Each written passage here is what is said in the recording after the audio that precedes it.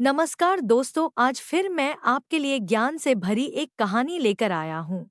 ये कहानी है गौतम बुद्ध और एक दुखी भिखारी के बीच की बुद्ध मॉरल स्टोरी, जिससे जीवन का बहुत अच्छा ज्ञान मिलता है। एक बार महात्मा बुद्ध एक गांव में अपने शिष्यों सहित घने पेड़ की छांव के नीचे बैठ थे। आसपास के गांवों से बहुत से लोग अपनी मानसिक समस्याएं लेकर महात्मा बुद्ध के पास आ रहे थे। महात्मा बुद्ध उन सब की मानसिक परेशानियों का समाधान देते। सब लोग खुशी खुशी अपनी समस्याओं का समाधान पाकर वहां से लौट रहे थे। वहीं से कुछ दूर बैठा लोगों को बुद्ध के पास जाते देख एक दुखी भिखारी अपने भाग्य को कोसता हुआ यही सोचने लगा कि अभी कुछ देर पहले तो ये लोग दुखी मन से मुंह लटकाए उन महात्मा के पास गए थे, और अब इतना खुश होकर कैसे वापस लौट रहे हैं। आखिर माजरा क्या है, जरा मैं भी जाकर देखूं कि वो महात्मा ऐसा कौन सा खजाना बांट रहा है इन लोगों को। वे इतने प्रसन्न हुए कि उनके चेहरे लाल हो गए। जब वो दुख भिखारी कुछ नजदीक गया तो उसने देखा कि ये महात्मा तो लोगों को प्रवचन देकर लोगों के दुख का निवारण कर रहे हैं। यह देखकर भिखारी के मन में भी तीव्र इच्छा हुई कि क्यों न मैं भी इन महात्मा को अपना दुख बताऊं। मुझे भी अपने दुख का समाधान अवश्य मिलेगा। बस फिर क्या था।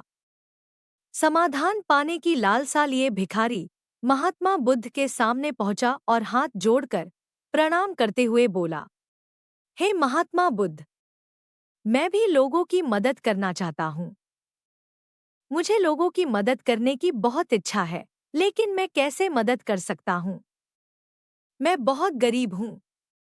मेरे पास न तो पैसे हैं और न ही कोई ऐसी चीज जिससे मैं किसी की मदद कर सकूं।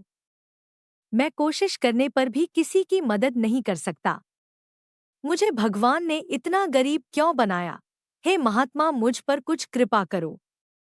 इतना बोलते हुए भिखारी रोने लगा। महात्मा बुद्ध बोले, आप बहुत अज्ञानी हैं, क्योंकि आप अभी तक इस भ्रम में जी रहे हो कि तुम्हारे पास कुछ नहीं, जबकि दूसरों को कुछ देने के लिए तुम्हारे पास बहुत कुछ है।